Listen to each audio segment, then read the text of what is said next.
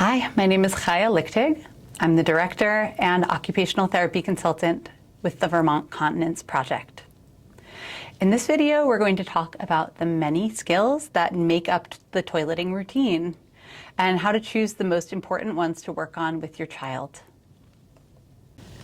You may have noticed that the title of this video includes the term inch stones. People use the term inch stones to describe all of the small steps that make up the big goals. We understand that your attention is probably on milestones. Things like your child staying dry and clean through a family outing, or using an unfamiliar bathroom, or doing their hygiene and clothing by themselves in the bathroom. Some parents come to see us and they aren't clear on their milestones, only that they want their child to increase their toilet use and continence skills. So take a minute and think of a few of your milestones for your child. If you need to, pause this video and write them down. I'll be here when you get back. So if your goal is the milestones, why do you need to think about inch stones? Seemingly simple activities that we take for granted are actually made up of many, many steps. Struggling with even one can make continence almost impossible. The next time that you go to use the toilet, keep track of some of them. I'll give you a head start with an example about peeing. First, you have to notice the feeling of your bladder stretching and know that it's enough that you need to empty it. You also need to know what that feeling means. Stop what you're doing right now. Doesn't matter if you're watching your favorite show and you can't take it with you. Plan your walk to the bathroom. Don't get distracted on the way there. You know that urge to pee and how you were able to notice it? Don't focus on it too much or your bladder might start to contract and the pee will come out too soon. Are you in the bathroom yet? Does it have an echo or smell funny? Is the seat going to feel cold and uncomfortable when you sit down and you'll sit anyway? Wow, great work. That was a lot and you didn't even sit down yet. Now, go back to your milestone for your child and break it down. What are the steps? What are the skills? What is your child able to do right now? And what are they not yet able to do? Then focus on the next step and what kinds of support your child needs to take that step. Here's an example. If your milestone goal for your child is for them to poop on the toilet, but right now they won't sit on a toilet with their pants down, then that's a goal to meet first. And that goal has a lot of inch stones. For example, teaching your child to cope with the worries or stress and feeling of the open toilet, teaching your child to sit for a minute or more, and teaching them how to breathe to push poop out.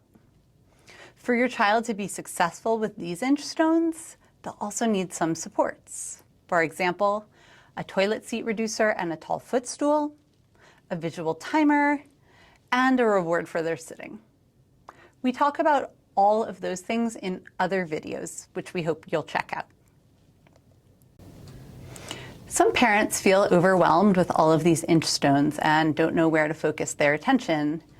If you're having trouble thinking of some of the inch stones that make up your milestone, you can check out the handout in the files for this video, Steps to Toileting Participation. It doesn't have all of the inch stones that you might need, but it definitely lists many of them.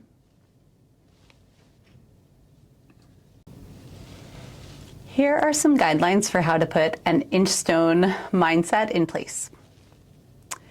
Too many demands at once can cause stress for you and your child, and sometimes set you back. So choose 3 or fewer inch stones to work on at any time and support them well. Reward the inch stones that you're focusing on and let everything else go that you haven't worked on with your child yet. Remember to put the right supports in place. Your child's success is your goal.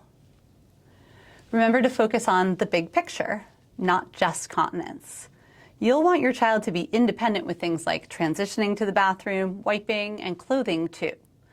Also, focusing on things other than continence can give your child other places to feel successful.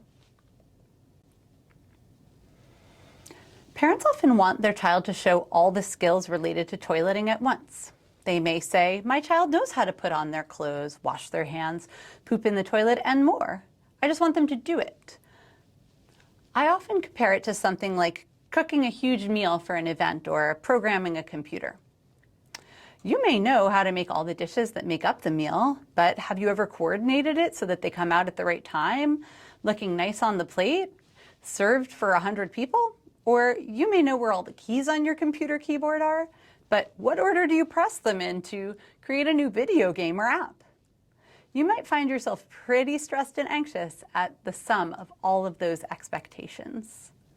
By taking this process step by step, over time your inchstones will build to be the milestones you're hoping to see. We wish you the best on your journey.